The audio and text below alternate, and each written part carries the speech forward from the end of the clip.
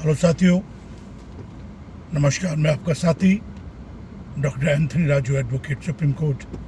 और थोड़ा सा आज गला बैठा हुआ है और एक अहम खुशखबरी आपको बताना चाहता था कि आज मैं एक बहुत ही इम्पोर्टेंट 376 के मामले में एक बेल करा के हम लोग लौट रहे हैं दिल्ली हाई कोर्ट से। और ये एक मामला जिसमें एक बेबस लाचार बंदा एक फेसबुक के माध्यम से एक महिला के संपर्क में आया और उससे एक शारीरिक संबंध उसका बन गया, क्योंकि वो महिला उससे शारीरिक संबंध बनाना चाहती थी और उसने बताया नहीं कि वो ऑलरेडी 2 बच्चों की मां है। उस महिला ने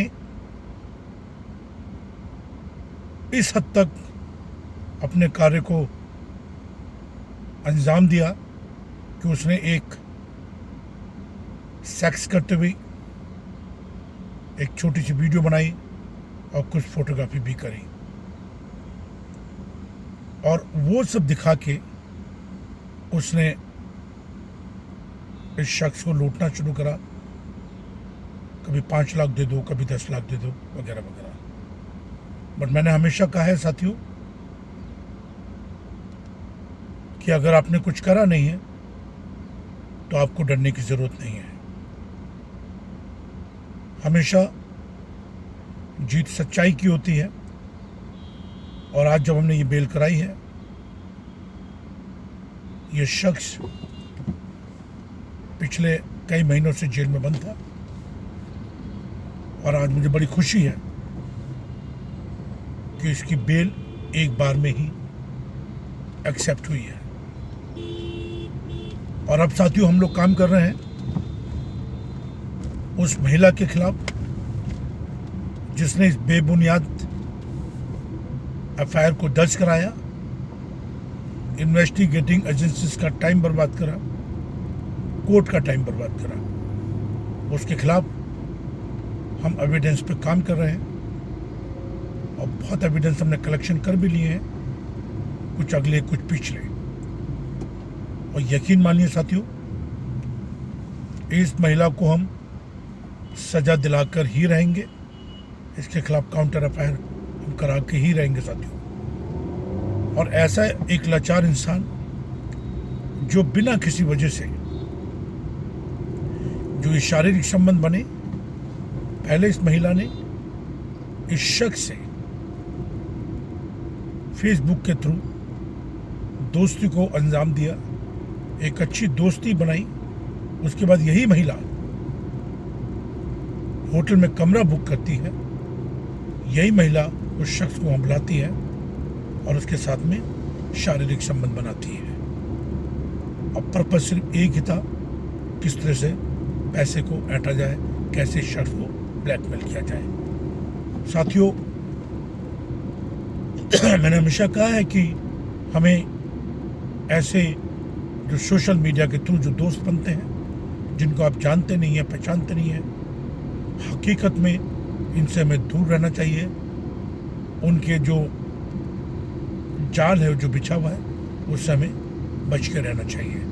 कभी भी फेसबुक के थ्रू या किसी भी सोशल मीडिया के थ्रू दोस्ती ना बनाए। अगर दोस्ती बन भी जाती है साथियों, तो प्लीज़ शारीरिक संबंध ना बनाएं। और हमेशा ध्यान रखें कि अगर कोई भी महिला सोशल मीडिया के थ्रू आपकी दोस्त बनती है तो मेरी बात को आप गांठ बांध दीजिए कि प्लीज़ आप अलर्ट रहें और सबूत अपने पास जुटाते रहें, क्योंकि आपको शायद पता नहीं है ये महिला कब आपके खिलाफ खड़ी हो जाए, कभी आपसे पैसा ऐंठने की बात करे, आपको पता भी नहीं लगेगा। तो आज ये एक महत्वपूर्ण जजमेंट जिसमें इस शख्स की बेल हुई और उस महिला के खिलाफ हम कानूनी कार्रवाई करने की तैयारी भी कर रहे हैं साथियों। और अगर आप किसी भी इस टाइप के झूठे मामले में चाहे वो IPC 376 बलात्कार के मामले हो, चाहे वो IPC 304B दहेज हत्या का मामला हो, चाहे IPC 306 आत्महत्या के लिए उकसाने का मामला हो, 498A का मामला हो उत्पीड़न का, या हम मान लें 304 गैर इरादतन हत्या का मामला हो, या कोई भी ऐसा मामला जिसमें आपको मालूम है कि आपको गलत फंसाया गया है, आपका उस केस से कोई लेना देना नहीं है, और अगर आपके किसी महिला के साथ संबंध बने हैं तो वो एक म्यूचुअल अंडरस्टैंडिंग से संबंध बनते हैं। एक कंसेशुअल सेक्स उसको लीगल लैंग्वेज में कहा जाता है, और कंसेशुअल जो सेक्स होता है वो रेप की परिभाषा में नहीं आता है। लेकिन जब ये FIR दर्ज हो जाती हैं तो आपने देखा होगा इन्वेस्टिगेटिंग एजेंसी जो होती हैं वो आपको डराते हैं, धमकाते हैं, थाने बुलाते हैं, और कई बार पैसे की भी डिमांड करते हैं। कई बार वो आपसे कहते हैं कि आपके खिलाफ FIR बन गई है, इसको आप म्यूचुअली रिजॉल्व कर लें या कॉम्प्रोमाइज़ कर लें। साथियों, अगर आपके खिलाफ FIR बन गई है 376 में, तो ये as a advocate supreme court, as a criminal expert, as a bail expert, मैं कभी भी किसी को एडवाइस नहीं देता हूँ कि आप इसमें कॉम्प्रोमाइज़ करें।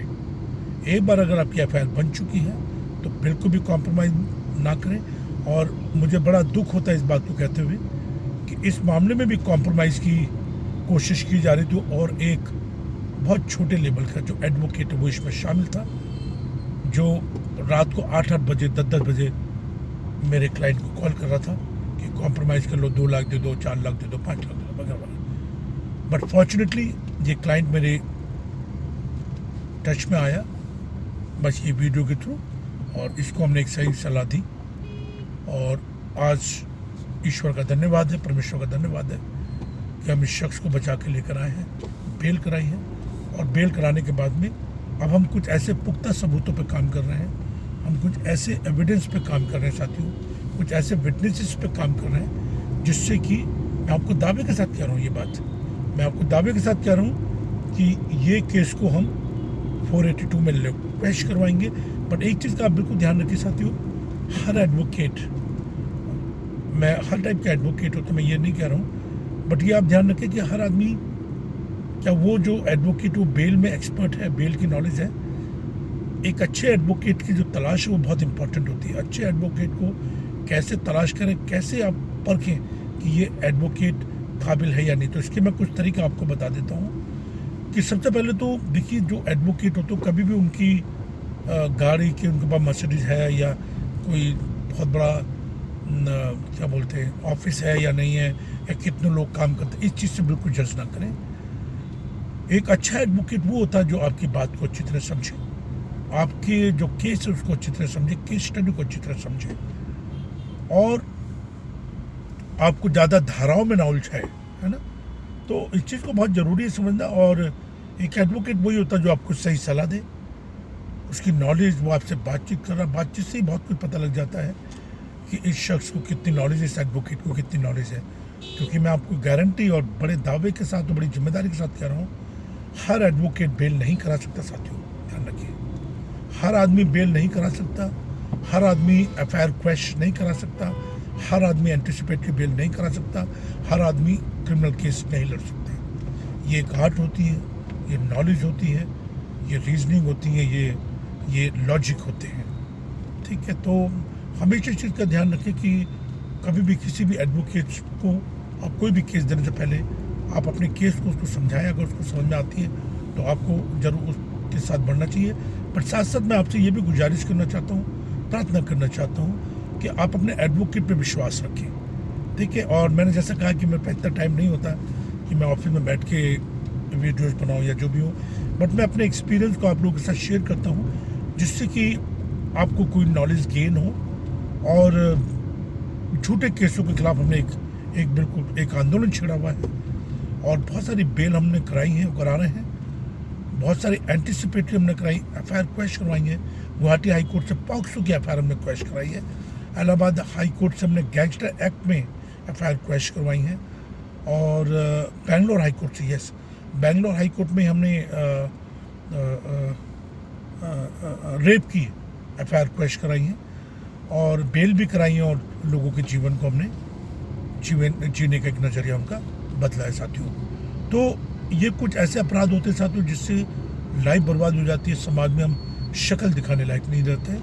बट हमारी ही कुछ गलतियाँ होती हैं जिसकी वजह से हम लोग इस टाइप के केसेस में फंस जाते हैं, इस टाइप के अपराधों में फंस जाते हैं। लेकिन ये देखा गया, ये सुप्रीम कोर्ट, हाई कोर्ट में मानती है कि कई बार आपसी रंजिश के कारण, एक सोशल मीडिया की दोस्ती के कारण, या ब्लैकमेलिंग के कारण, या जो भी समझ लीजिए, है ना, लड़कियां ब्लैकमेल करती हैं रेप को लेके, पॉक्सो को लेके, कभी पॉक्सो 6 में फंसाती हैं वगैरह वगैरह। इसमें काफ़ी लोग कहते हैं ना, दरफंदी जो माइंड होता है वो लोगों का इन्वॉल्व रहता है इसके अंदर। तो ऐसे लोगों से हमें सावधान रहना चाहिए और अपने वकीलों पर जरूर विश्वास करना चाहिए। हम लोग भी बेल कराते हैं, एंटिसिपेटरी कराते हैं, रेगुलर बेल कराते हैं, ट्रायल करते हैं। और मैं तो ख़ासतौर से क्रॉस में ज़्यादा एक्टिव रहता हूँ, बेल में एक्सपर्ट रहता हूँ, एंटिसिपेटरी में काफ़ी मेरी इन्वॉल्वमेंट रहती है। मेरी टीम पूरे इंडिया में हाई कोर्ट, सुप्रीम कोर्ट में है जो बेल पे काम करती है, मेरे डायरेक्शन में, मेरी गाइडेंस में, मेरी लीडरशिप में। तो मुझे बड़ी खुशी होगी कि अगर आप कभी भी मेरे को एक मौका देते हैं काम करने के लिए, कभी एक मौका अगर आपके साथ मुझे मिला या आपकी सेवा करने का मुझे मौका मिला, तो ये मेरे लिए बड़े सौभाग्य की बात होगी। और बस मैं आपसे बस यही गुजारिश करूँ, हाथ जोड़ के मैं विनती करता हूँ कि इस चैनल को आप ज़रूर सब्सक्राइब कर लें और कमेंट्स करें और शेयर करें। शेयर जितना करेंगे उससे क्या होता है, लोगों की नॉलेज बढ़ती है। और मैं आपको सही बता देता हूँ कि बार बार मैंने कहा है कि अगर आपने अपराध नहीं करा है तो किसी से भी आपको डरने की ज़रूरत नहीं है। हमें झूठे केसेस के खिलाफ, अत्याचार के खिलाफ लड़ना चाहिए। All India council of human right के अध्यक्ष होने के नाते मैं आपसे गुजारिश करता हूँ कि इस मानवाधिकार संस्था को भी आप ज्वाइन करें, इसके मेंबर करें और अत्याचार के खिलाफ आवाज़ उठाएं। आप मुझसे डायरेक्ट बात कर सकते हैं, कॉल कर सकते हैं, SMS कर सकते हैं, व्हाट्सएप कॉल कर सकते हैं। और मेरी पूरी कोशिश रहेगी कि मैं आपकी पूरी मदद करूं। और मेरा डायरेक्ट नंबर है 9873005424, 9873005424। इस पर भी आप मुझे कॉल कर सकते हैं। और दूसरा मेरा नंबर है 8588872001, 8588872001। और आप देखिए मैं ड्राइव भी कर रहा हूँ और आपसे बात भी कर रहा हूँ और ये वीडियो बना रहा हूँ। और मैं बहुत जल्द इस वीडियो को आपके साथ शेयर करने वाला हूँ। जय हिंद, जय भारत। और आप अपना शरीर का ध्यान रखें, अपनी हेल्थ का ध्यान रखें। और जो सोशल मीडिया के थ्रू दोस्ती है उसको जरूर कम कर लें, अगर अदरवाइज आप भी कभी किसी झमेले में फंस जाएंगे, जो मैं नहीं चाहता हूँ। जय हिंद, जय भारत।